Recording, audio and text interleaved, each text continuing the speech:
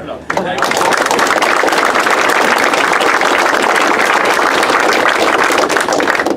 I would not have read the whole bio, just to say that right now.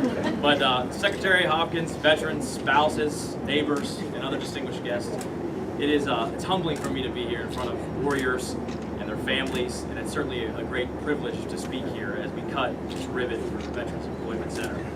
And before I go into that, let me say 20 years ago, you heard about the little hamlet on the Eastern Shore. When I boarded a plane for the first time to go off to boot camp in my small little no stoplight town.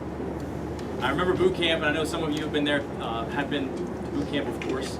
None of you officers, of course, but the backbone of the military, the enlisted. But I remember the highlight of my day, because obviously boot camp is very stressful and it's a pain in the butt. And the highlight of my day was when the male petty officer would come. Because, having just left high school, I had a lot of folks, friends and families from that little small town who would write me. And, they would write because they cared about me, they cared about what I was doing, they were proud that I was serving the country, and that I was one of their native sons. And I will tell you that it was these people and those letters that really got me through tough times at boot camp. And I thought about them a lot, and it was those people and these letters that would get me through tough times in Navy SEAL training. And it was those people and these letters that I thought about when I was overseas all the time.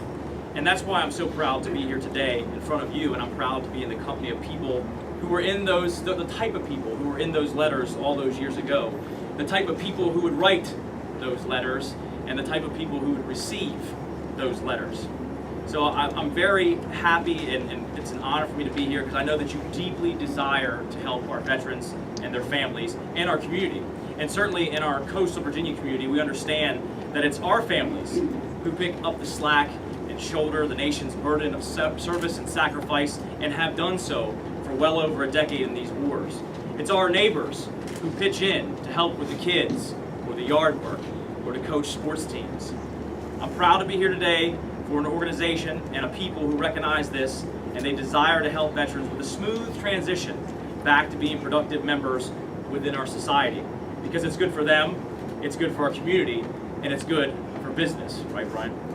Yeah. But listen, transitioning from service raises a lot of questions for veterans and their families. What's next? How do I translate my skills to a civilian world? How do I explain those skills to employers? Will civilians, will they understand me? And what are these employers looking for? So today's ribbon cutting is a symbol of something new. It's like opening a nicely wrapped Christmas gift. It builds anticipation with the promise of something exciting. And indeed, this one-stop shop partnership with Opportunity Inc. and many other partners, governments from federal to state to local, businesses, small to large, nonprofits, and universities, is a great sign of what's to come in this area. We know we have thousands of veterans that transition out of the service every single year. And indeed, I have the great honor and huge responsibility of representing a district that has more active duty and veterans than anyone in the nation. You mentioned, Mr. Secretary, we have over 700,000 veterans in Virginia. We certainly have a ton of them in Hampton Roads. And it's important that they have a successful transition to integrate back in the civilian world as productive citizens, creating economic impact, filling jobs, and helping to steer our companies, our communities, and our country in a positive direction. So I want to keep as many veterans, we want to keep as many veterans here in Hampton Roads as possible as they transition out. And I know that this Hampton Roads Veterans Employment Center and this robust partnership, Sean, with everyone else will do just that. So before I finish, Brian, if you will, I definitely want to make sure that we present you this flag that flew over the U.S. Capitol, so that you hopefully will present and display it proudly here. Absolutely, definitely.